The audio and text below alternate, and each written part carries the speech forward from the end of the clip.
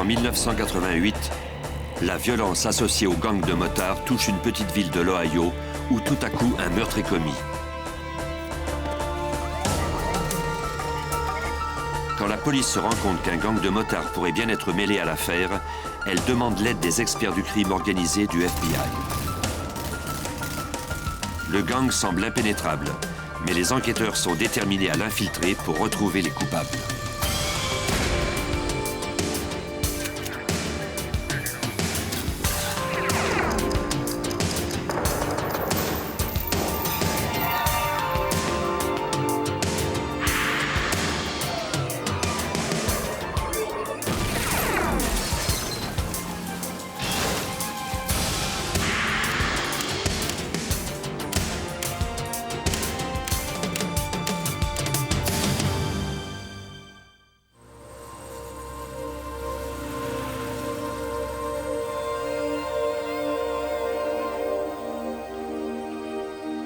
Pour les amateurs, la moto représente la liberté, l'aventure et le plaisir, mais certains motocyclistes se regroupent pour former de dangereux gangs.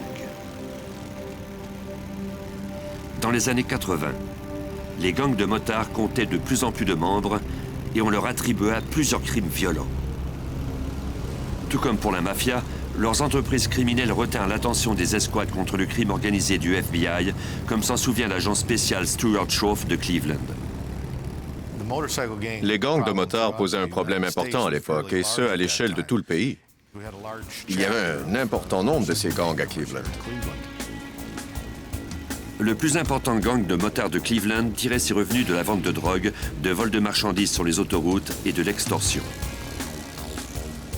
Comme la plupart des familles de la mafia, les motards protégeaient leurs intérêts et leurs secrets par la violence. Et plus les gangs devenaient importants, plus les conflits augmentaient entre eux. Partout au pays, on luttait férocement pour obtenir le contrôle de certains territoires. Quand un gang s'attaquait à des rivaux, il s'ensuivait toujours une riposte et la violence s'intensifiait. Lors d'une de ces attaques, un gang fit exploser le repère d'un groupe ennemi à l'aide d'un lance-roquettes. Les motards étaient, à l'évidence, prêts à tout pour poursuivre leurs opérations criminelles. Les escouades contre le crime organisé devaient les arrêter au plus vite. Les agents mirent alors sous surveillance le gang le plus puissant de la ville pour recueillir des renseignements. Mais cette délicate opération ne se fit pas sans difficulté. Les motards savaient qu'ils étaient surveillés à la fois par le FBI et par les autorités policières locales. Quand ils se rencontraient à leur repère, ils postaient un garde devant les lieux et celui-ci guettait toutes les voitures suspectes circulant dans le quartier. Le gang protégeait les résidents du quartier où se trouvait leur repère. Par gratitude, les résidents refusaient de répondre aux questions des enquêteurs. Mais même si certaines personnes étaient protégées par le gang de Cleveland, toutes n'appréciaient pas ce genre de protection pour autant. Vers 22 h, le 27 février 1988, à Perkins, en banlieue de Cleveland, le commis d'un magasin, David Hartlob, 28 ans, et son collègue venaient de fermer boutique.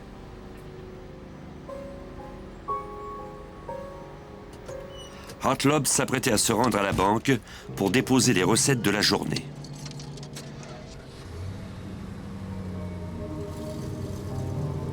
Il ignorait qu'il n'était pas seul dans la camionnette de l'entreprise.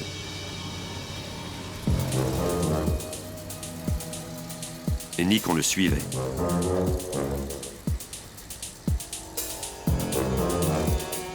Par mesure de précaution, son collègue le suivait toujours jusqu'à la banque qui se trouvait à moins de 2 km de la boutique. Aucun d'eux ne remarqua la berline noire qui avait pris Hartlob en filature. Quand le collègue arriva à la banque, il avait pris 20 secondes de retard sur Hartlob. Un drame avait eu le temps de se produire.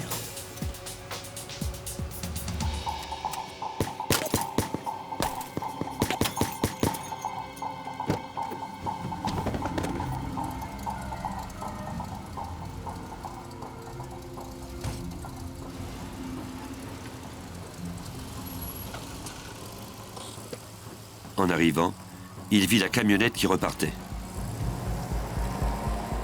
Il aperçut alors son ami gisant par terre. Un homme armé lui ordonna de partir. De nombreux clients arrivèrent devant le guichet automatique, mais l'homme les obligea à rester dans leur voiture à la pointe de son arme. Il partit finalement à son tour, laissant David Hartlaub gisant sur l'asphalte.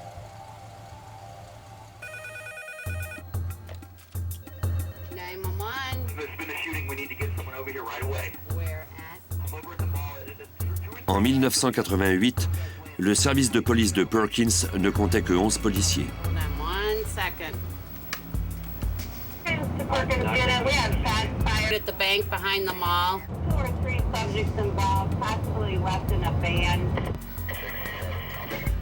Quelques minutes plus tard, tous les patrouilleurs de Perkins furent sur les lieux, notamment l'actuel chef de la police, Tim McClung. La scène du crime était sans dessus-dessous à mon arrivée. Les ambulanciers s'approchaient de Hartlaub qui gisait au sol. Il tentait de se redresser, mais il était gravement blessé. Hartlaub était en état de choc, mais encore en vie.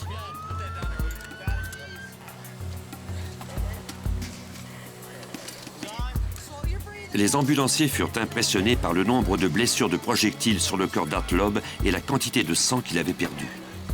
Aucun d'eux n'avait eu à traiter un blessé touché par tant de projectiles.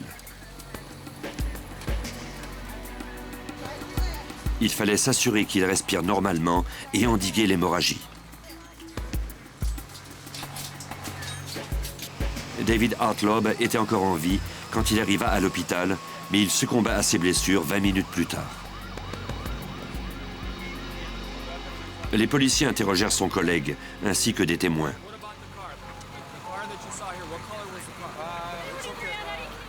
Au début, les informations étaient confuses. Les témoins interrogés avaient vu les choses sous un angle différent, selon l'endroit où ils étaient. Leurs témoignages étaient contradictoires, ce qui nous a donné du fil à retordre. Les enquêteurs retinrent qu'il y avait 3 suspects. Un dans la fourgonnette, un qui conduisait la berline de couleur foncée et un autre qui menaçait les témoins. Selon le collègue de la victime, ce dernier était d'origine asiatique ou hispanique. Un témoin avait vu la victime tomber de la camionnette avant que celle-ci ne quitte les lieux. En nous basant sur ces informations, nous avons fouillé l'endroit à l'aide d'un chien. D'autres policiers recueillirent les indices à la banque et ils les consignèrent soigneusement. Le trousseau de clés du magasin fut envoyé au labo pour qu'on y relève les empreintes digitales. Quant aux douilles de projectiles, elles furent envoyées au laboratoire de balistique. Le chien de McClung flaira une piste menant de la banque à un hôtel. La piste menait à un hôtel à 500 mètres de là. On a retrouvé la camionnette dans le stationnement de cet établissement. En m'approchant, j'ai sorti mon arme à feu.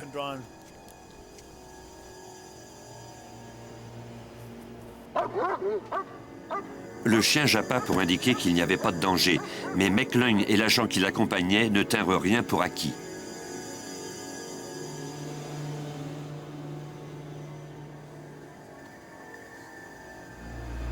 Il n'y avait personne dans la camionnette. Les policiers s'efforcèrent de ne rien déplacer dans le véhicule avant l'arrivée de l'équipe de techniciens judiciaires. On ne savait pas si le suspect était toujours dans les parages à nous surveiller. Les techniciens commencèrent à analyser cette autre scène de crime. Des balles avaient traversé le siège du conducteur, le corps de la victime et la portière du véhicule. Cela corroborait la thèse de l'embuscade et du tireur se trouvant derrière lui. Les techniciens notèrent la présence de nombreuses éclaboussures de sang, plus particulièrement sur le siège du conducteur et autour. Ils recueillirent des échantillons de chacune des taches de sang afin de les faire analyser au laboratoire de sérologie.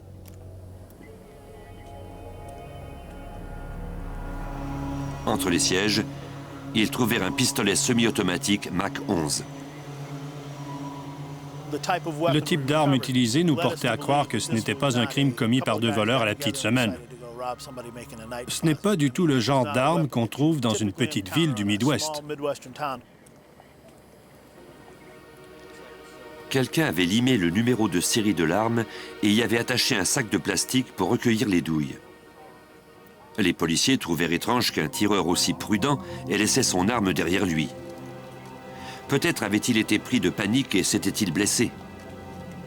Le Mac 11 avait également été équipé d'un silencieux artisanal. Cela indiquait que les auteurs de ce crime étaient des professionnels. Mais ce n'étaient pas des experts. Le silencieux avait été mal installé, ce qui avait eu pour effet de diviser les projectiles en deux et de projeter des fragments un peu partout dans la camionnette.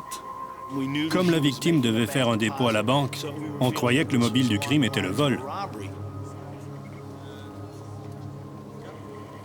Pourtant, dans la camionnette, on retrouva le sac de dépôt de la boutique.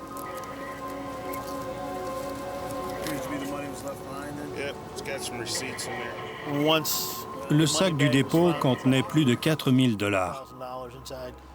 On a dû abandonner la thèse du vol.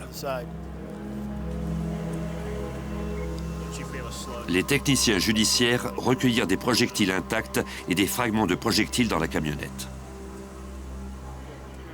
Ils établirent que l'assaillant, arrivé par derrière, avait fait feu à 13 reprises. C'était un meurtre brutal. Quelqu'un voulait à tout prix la mort de cet homme. C'était flagrant. C'était peut-être un meurtre commis par un tueur à gages. On souhaitait sa mort. McLoin et un autre maître chien se mirent à la recherche d'une piste à partir de la camionnette. Mais les chiens ne flairèrent pas de nouvelles pistes. Mon travail consistait à interpréter ce que mes bêtes me disaient. Dans ce cas-ci, le chien semblait nous dire que les suspects étaient partis en voiture. Alors que les policiers s'apprêtaient à quitter la scène du crime, d'autres agents se dispersèrent dans le comté à la recherche de 3 hommes à bord d'une berline de couleur foncée. C'était le premier meurtre à Perkins en 10 ans et les policiers voulaient retrouver les coupables au plus vite. Tôt le lendemain matin, dans la ville voisine de Sandusky, 2 policiers rentraient travailler comme d'habitude au poste de police. Quand leur superviseur leur parla du meurtre de Perkins, leur routine de travail changea du tout au tout.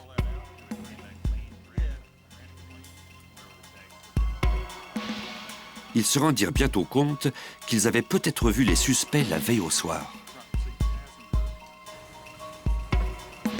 Quelques heures plus tôt, les 2 agents avaient arrêté une berline foncée qui virait illégalement à droite sur un feu rouge.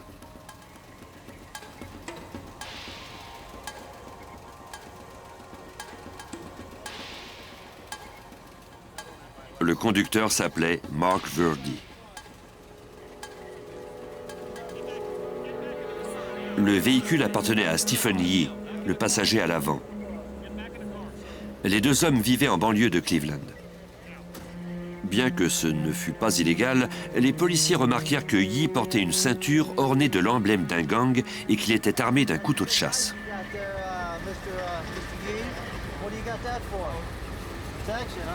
Les policiers constatèrent alors la présence d'un autre passager à l'arrière.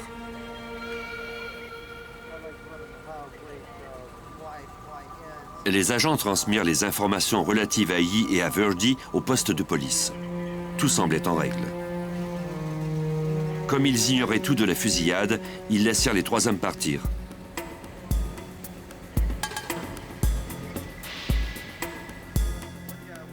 Cela s'était produit à 21h56, soit 5 minutes après le meurtre, à moins de 5 km de la scène du crime. Selon les policiers, la description de Stephen Yee, le passager avant, et de sa voiture correspondait à celle d'un des suspects donnés par les témoins à la banque. Déçus d'avoir laissé filer des meurtriers à cause d'un système d'information déficient, les policiers de Sandusky alertèrent aussitôt leurs collègues de Perkins. À ce moment-là, la police de Perkins n'utilisait pas la même fréquence qu'à Sandusky. Et pourtant, nous sommes voisins.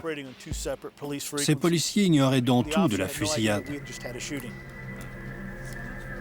La boucle de la ceinture du suspect était un indice important.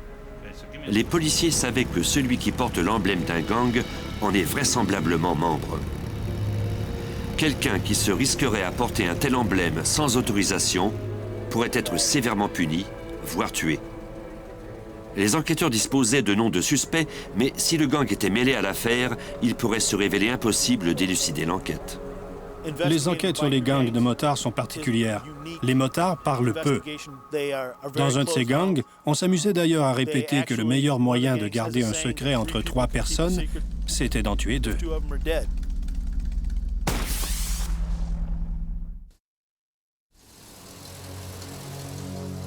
Suite à la fusillade ayant causé la mort de David Hartlob à Perkins en Ohio, la police avait trouvé 2 suspects qui pouvaient avoir des liens avec un gang de motards de Cleveland. Les policiers, sachant que le FBI menait déjà une enquête sur ce gang pour ses activités illicites, contactèrent l'agent spécial Charles Holloway du bureau du FBI de Sandusky.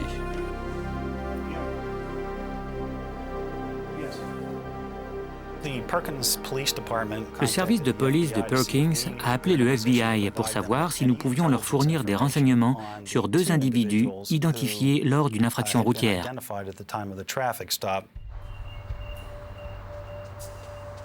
Holloway savait que sa meilleure source d'information était l'agent spécial Stuart Schauf de Cleveland, qui menait alors une enquête sur le gang de motards du secteur. Schauf essayait de se constituer un dossier sur le gang de Cleveland. Il était très difficile d'enquêter sur ce gang. On a dû y mettre le temps pour recueillir des renseignements et se constituer un dossier afin de mettre les membres hors de la circulation le plus longtemps possible. Ils n'étaient pas parvenus à infiltrer le gang, mais des agents secrets s'étaient assez rapprochés de certains membres pour en connaître la structure organisationnelle. Les recrues avaient une bannière sur leur veste indiquant le nom de la ville où le gang était à l'œuvre. Les membres à part entière portaient des vestes avec des emblèmes complets aux couleurs de leur gang. Lors de leur initiation, les recrues devaient en payer le prix pour mériter de porter ces couleurs. L'initiation consistait à commettre un acte violent contre le membre d'un gang rival ou contre quelqu'un qui avait fait du tort à un des membres. Cette initiation violente visait à empêcher les agents d'infiltrer le gang, puisqu'aucun d'entre eux ne pourrait commettre un tel crime.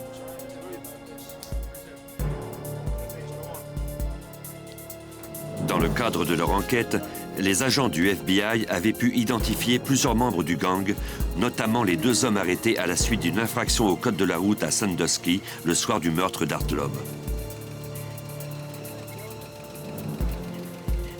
L'agent spécial Schauf savait que le passager, Stephen Yee, était un membre à part entière du gang et que le conducteur, Mark Verdi, était une future recrue.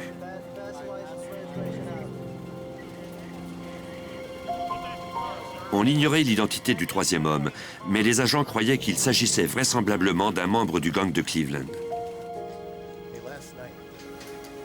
Ils savaient qu'un gang rival était localisé à Sandusky. La rivalité entre les 2 gangs n'avait cessé d'augmenter et s'était récemment hissée d'un cran. Les agents avaient entendu parler d'un incident dans un bar quelques mois plus tôt. Les gangs rivaux s'étaient retrouvés sur un territoire qu'ils désiraient tous 2 contrôler. Pour les motards, les couleurs sont sacrées. Un motard rival avait quitté les lieux avec un trophée de choix, la veste d'un des motards de Cleveland.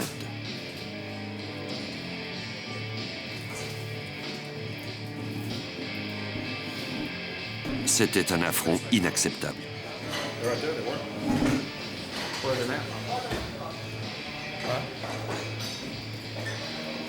On en était rendu aux accusations et personne ne voulait reculer. Colors was on that chair about 2 minutes ago. I ain't seen no colors, man. We had colors right here on the chair. Where's your buddy? Old buddy. The skinny one. Man, there's 2 of us sitting here. The guy that with 2 of us here. Hey, man, come on. Wait, put up with the man. You got a gun! Hey, hey! Dans la bagarre, un projectile avait atteint un des motards de Cleveland. Les agents tissèrent des liens avec un sympathisant de ce gang. Celui-ci leur dit qu'après la bagarre, il se trouvait à une soirée des membres du gang de Cleveland quand ceux-ci avaient parlé de l'incident. Il voulait se venger.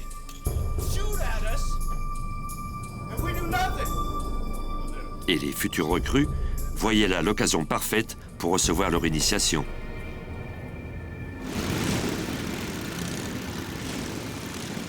Les enquêteurs qui avaient commencé à identifier les membres des deux gangs se rendirent alors compte qu'un de ceux du groupe rival conduisait une camionnette identique à celle de David Hartlob. Peut-être les motards de Cleveland s'étaient-ils attaqués à la mauvaise personne. Tim McLoin, le chef de la police de Perkins, nous raconte. Dans cette affaire, la victime, David Hartlob, n'avait aucun antécédent judiciaire et rien dans son passé nous portait à croire qu'il pouvait avoir été la victime d'un tueur à gages.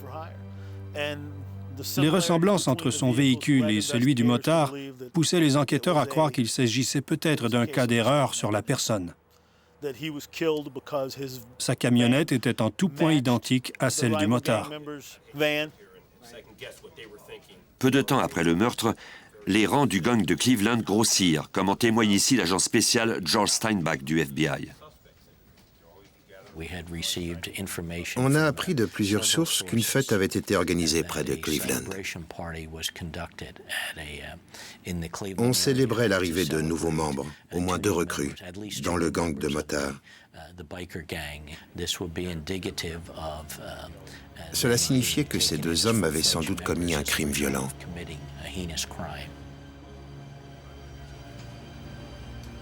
À cause des lourds soupçons qui pesaient sur le gang, l'assistant du procureur Jim Woolley et l'escouade contre le crime organisé de la région de Cleveland se joignirent à l'enquête. Certaines choses devaient être faites sur le plan légal, notamment la demande de mandat de perquisition. Quand on a commencé à soupçonner que le meurtre avait été commandé par un gang de motards, on a fait demander l'aide de l'escouade contre le crime organisé, afin qu'elle participe à l'enquête avec le FBI et les divers services de police. L'escouade croyait avoir trouvé le mobile du crime et disposait des noms de 2 des 3 suspects, Stephen Yee et Mark Verdi. Il fallait maintenant identifier le 3e homme et trouver les preuves nécessaires pour mettre ces tueurs derrière les barreaux. À Cleveland, en Ohio, le FBI soupçonnait un gang de motards d'être responsable d'un meurtre brutal, vraisemblablement un cas d'erreur sur la personne. Les agents avaient identifié 2 suspects, Stephen Yee et Mark Verdi. Le FBI les surveilla étroitement pendant l'enquête. L'agent spécial Charles Holloway tentait d'identifier le 3e suspect. Il demanda l'aide de l'expert en gang de motards, Stuart Schauf. L'agent Schauf m'a fourni des informations sur les antécédents de Yee et Verdi, et il m'a donné les noms de 3 individus, des futurs recrues et des membres du gang, parmi lesquels se trouvait vraisemblablement le nom de la personne dans le véhicule.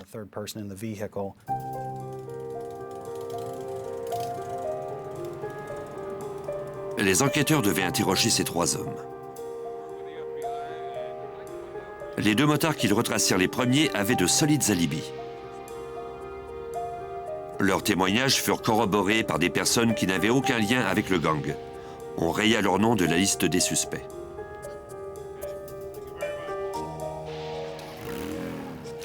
Quant au 3e individu, qui était introuvable, son nom était John Ray Bonds.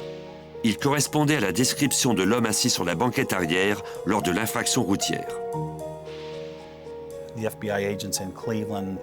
Les agents du FBI de Cleveland ont interrogé plusieurs membres de sa famille, et ceux-ci ont déclaré que John était parti 2 semaines en vacances.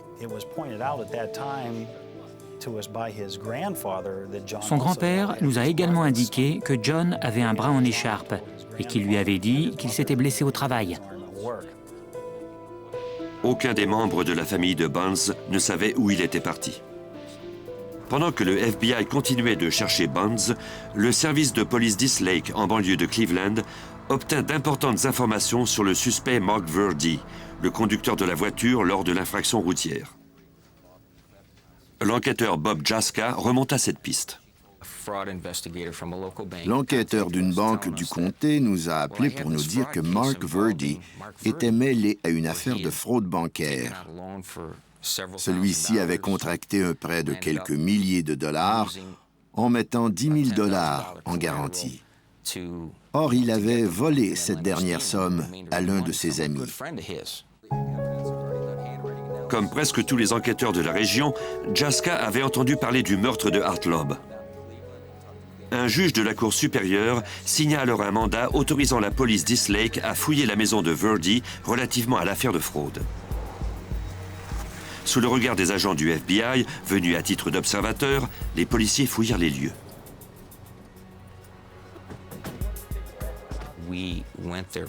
On a cherché des documents relatifs à la fraude bancaire. Tout ce qu'on pouvait trouver d'intéressant ou susceptible d'être relié à l'affaire de Perkins, on devait le dire au FBI.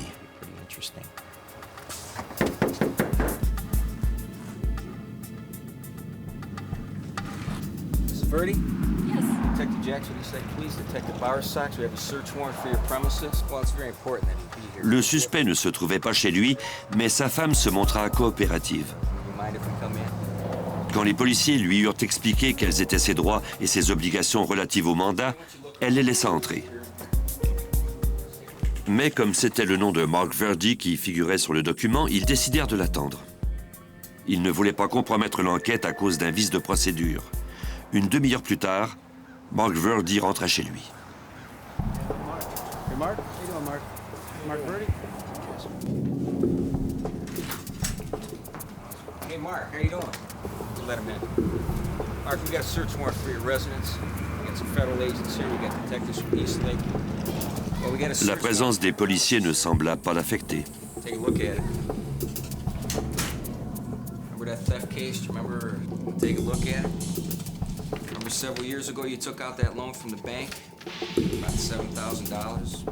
You had a buddy of yours, gave you 10 grand as collateral. You'd end up cashing it, forging the other guy's name. You remember On that? lui parla de l'affaire de fraude qui pesait contre lui et du mandat qui autorisait la police à fouiller sa maison. Ted, Chris, why don't you guys start upstairs? Timmy, why don't you grab Kenny, go down to the basement, start looking around. I'm gonna just shadow around. Okay. Hey, help yourself.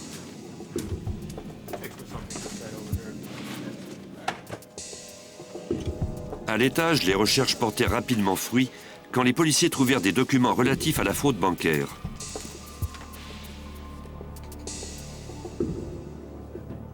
Et mieux encore, ils trouvèrent de nombreux effets qui pouvaient aider le FBI dans l'affaire Hartlob. We found a briefcase. On a ouvert un porte-document et il contenait une cagoule, des gants, de même qu'une perceuse et des rognures de métal. Shavings, metal shavings. La perceuse pouvait avoir servi à effacer le numéro de série sur l'arme du crime trouvée dans la camionnette et les rognures provenaient peut-être de cette opération. See this map? Do you see this map? It's all to the area.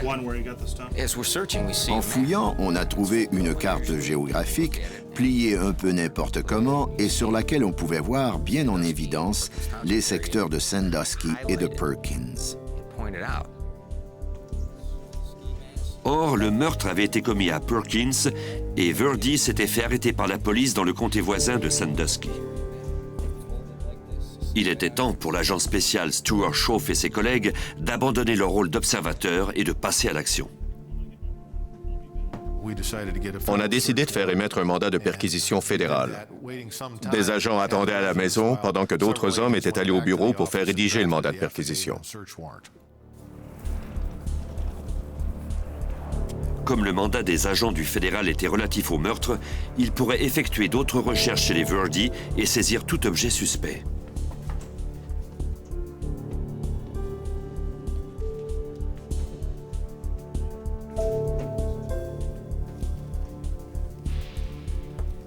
Il ne fallut guère de temps pour trouver des indices compromettants, notamment un pistolet semi-automatique Mac 11, soit le même modèle que l'arme du crime. Le numéro de série de l'arme avait été limé de la même façon que celui de l'autre pistolet.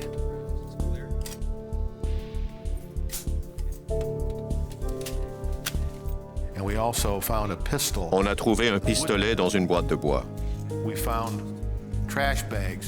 On a aussi trouvé des sacs à ordures, identiques aux sacs ayant servi à récupérer les douilles éjectées du Mac 11 lors de l'homicide. Avec ces nouveaux indices qui étayaient leurs soupçons, les agents obtinrent un troisième mandat de perquisition, celui-ci les autorisant à fouiller le véhicule que conduisait Mark Verdi le soir du meurtre. Au garage de l'immeuble gouvernemental de Cleveland, les techniciens du FBI examinèrent la voiture du suspect, Stephen Yee. Même si 2 semaines s'étaient écoulées depuis le meurtre, il y avait toujours des indices dans la voiture, selon l'agent spécial Holloway.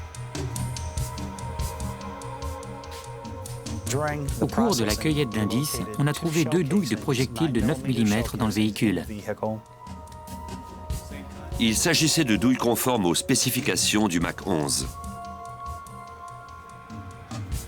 Les agents les envoyèrent au laboratoire de balistique du FBI pour qu'elles soient comparées à l'arme du crime.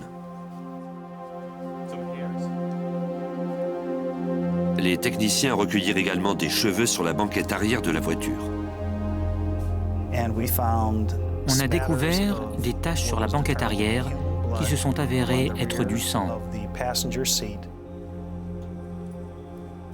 Après avoir humecté les taches de sang d'eau distillée, les experts en recueillirent des échantillons. Ils se demandaient si ces taches remontaient au soir du meurtre. Lors des analyses sérologiques, on constata qu'il ne s'agissait pas du sang de la victime, mais c'était peut-être celui de son meurtrier. Les enquêteurs se souvenaient que les projectiles s'étaient fragmentés à cause du silencieux de fortune mal installé. Peut-être le tireur s'était-il alors blessé.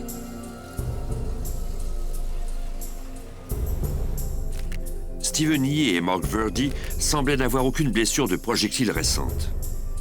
Mais les membres de la famille du troisième suspect, John Bonds, avaient signalé qu'il avait le bras en écharpe le lendemain du meurtre à la suite d'un pseudo-accident à son lieu de travail. Pour étayer leur hypothèse, les agents du FBI interrogèrent l'employeur de Bonds à propos de ses activités dans les jours précédents et suivant le meurtre. John devait travailler le soir du 27 février, soit le soir de l'homicide, mais il ne s'était pas présenté au travail. De fait, il n'était pas revenu depuis. Rien n'indiquait que Bonds s'était blessé à son lieu de travail. Les morceaux s'assemblaient peu à peu, même si on ne disposait pas encore d'une preuve formelle.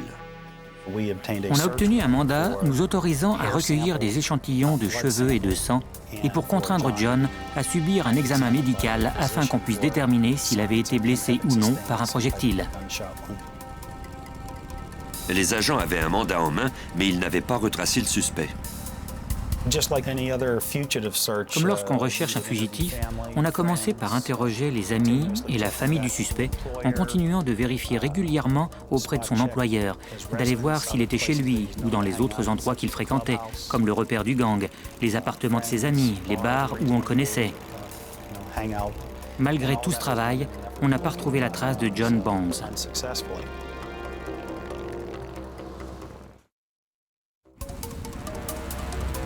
En 1988, les autorités de l'Ohio étaient à la recherche de John Ray Bonds, disparu à la suite d'un meurtre commis à Perkins.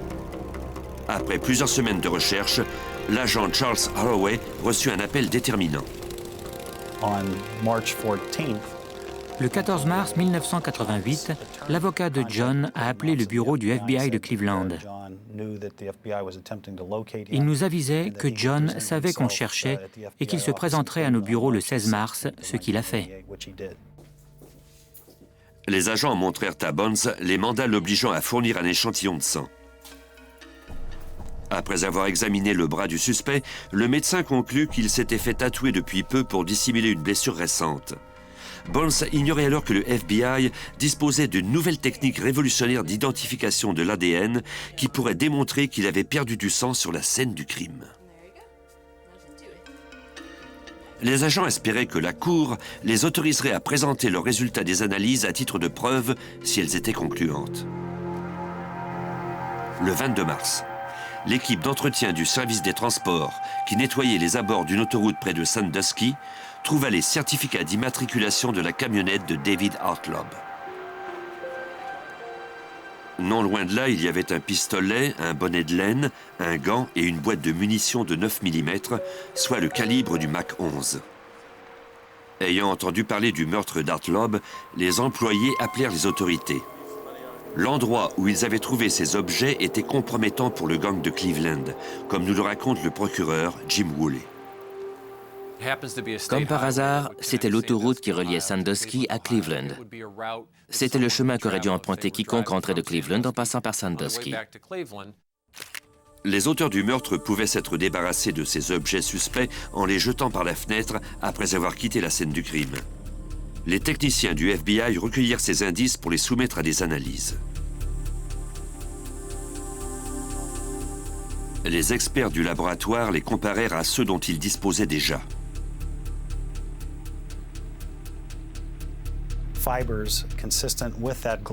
Les fibres du gant avaient été identifiées sur l'arme du crime. On les avait également trouvées sur le chandail recueilli chez Mark Verdi lors de la perquisition du 9 mars. On avait aussi trouvé les fibres de ces gants sur la moquette de la camionnette de David Hartlob. De plus, un cheveu trouvé sur le gant correspondait à d'autres cheveux recueillis sur la banquette arrière de la voiture à bord de laquelle les suspects se trouvaient le soir du meurtre. Au service des armes à feu et de marques d'outils, les experts du FBI examinèrent l'arme du crime dans l'espoir d'identifier son propriétaire.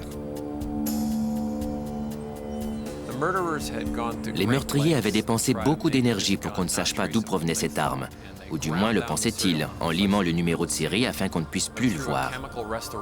Mais grâce à un procédé chimique, le FBI a pu mettre en relief le numéro de série et l'identifier, même si à l'œil nu, on ne voyait plus rien. En examinant les registres du bureau de l'alcool, du tabac et des armes à feu, les enquêteurs retracèrent le propriétaire de l'arme du crime. Ce dernier déclara qu'il était en possession du Mac 11, de même que de l'arme trouvée chez Verdi quelques mois plus tôt, mais qu'il s'était fait voler ses armes dans sa voiture garée devant la maison d'un ami. Le nom de cet ami était Stephen Yee. D'un côté, nous avions ce Stephen Yee, arrêté pour une infraction routière quelques minutes après l'homicide de Sandusky. Et de l'autre, l'arme du crime volée dans une voiture garée chez ce même suspect quelques mois avant l'homicide. Les preuves indirectes contre Yee, Verdi et Bonds s'accumulaient. Mais les agents voulaient trouver des preuves formelles pour procéder à des arrestations. En avril 1988, ils apprirent que les analyses des échantillons de sang allaient sceller le destin des suspects. Les experts en sérologie du FBI avaient découvert que le sang dans la camionnette de David Hartlob provenait de deux individus, vraisemblablement la victime et l'un de ses assaillants.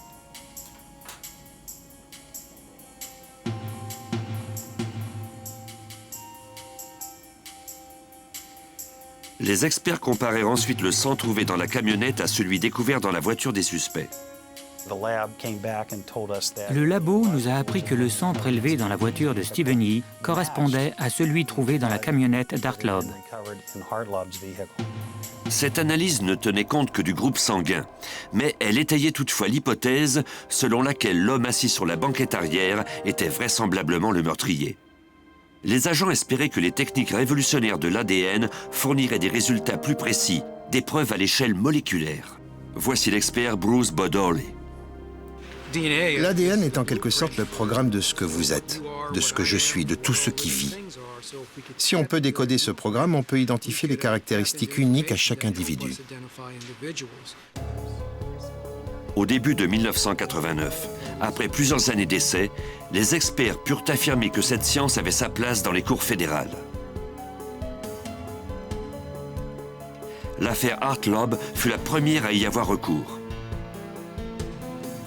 Les experts examinèrent la séquence d'ADN du sang trouvé dans la camionnette et la comparèrent ensuite à celle du sang de John Bonds. Ils constatèrent qu'elles étaient identiques. C'était la preuve qu'espérait tant obtenir l'assistant du procureur Jim Woolley.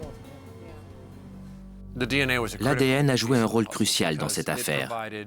Il prouvait formellement que John Ray Bonds, ce membre d'un gang de motards et passager arrière de la voiture de Stephen Yee et Mark Verdi, qu'on avait arrêté 5 minutes après l'homicide, avait perdu du sang dans la camionnette. Le 7 mars 1989, plus d'1 an après le meurtre, des unités SWAT se préparèrent à arrêter simultanément les 3 suspects.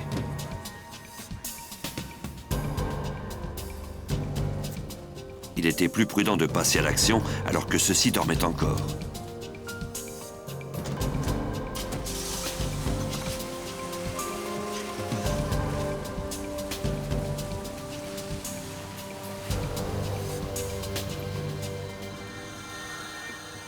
Une équipe prit la maison de Verdi d'assaut, pendant qu'une autre entrait chez Yee.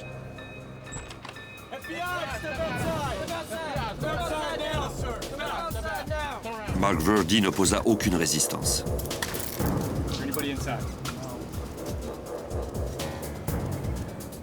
Au même moment, à 30 km de là, son acolyte Stephen Yee fut arrêté lui aussi. Mais le 3e suspect, John Ray Bonds, ne se trouvait pas chez lui. Il fit alors l'objet d'une émission de télévision à l'échelle nationale. Lors de l'émission, on avait décrit Bonds, ses tatouages caractéristiques, les endroits qu'il fréquentait. On espérait ainsi que quelqu'un, quelque part, reconnaîtrait le présumé meurtrier. Dans l'après-midi du 8 novembre 1989, le client d'un bar de Paducah au Kentucky aperçut Bonds. Il se rappelait avoir vu ses tatouages à la télévision et il tenta sa chance.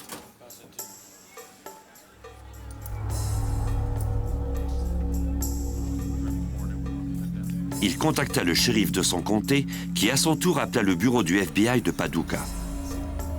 Ceux-ci étaient prêts à arrêter Bonds, mais ils devaient être prudents, comme se le rappelle l'agent spécial Stuart Schroff. Ils craignaient que cela fût dangereux, car ce bar était fréquenté par de nombreux motards et des sympathisants, et ils voulaient éviter toute confrontation. Ils ont pensé qu'il serait plus prudent d'ériger un barrage routier. Le FBI, aidé de la police d'État du Kentucky et du service de police local, mit en scène un faux accident routier sur la route entre le bar et le repère d'un gang de motards de la région. Comme on l'avait espéré, Bonds et un autre motard prirent la direction du repère et ils s'engagèrent sur la route où se trouvait le barrage. Un patrouilleur leur fit signe d'arrêter. Simultanément, des agents civils se garèrent derrière eux. Bonds n'eut pas le temps de s'apercevoir qu'ils étaient piégés.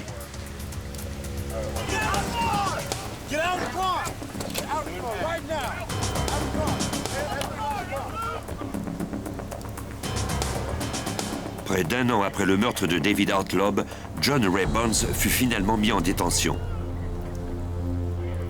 Maintenant, Stephen Yee, Mark Verdi et lui pourraient subir leur procès pour homicide.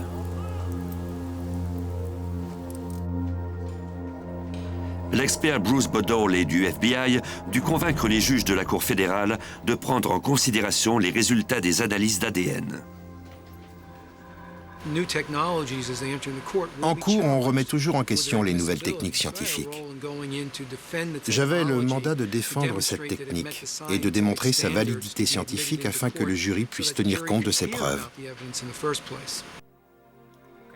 Après des audiences de plusieurs mois, Jim Woolley parvint enfin à faire reconnaître la validité des preuves génétiques.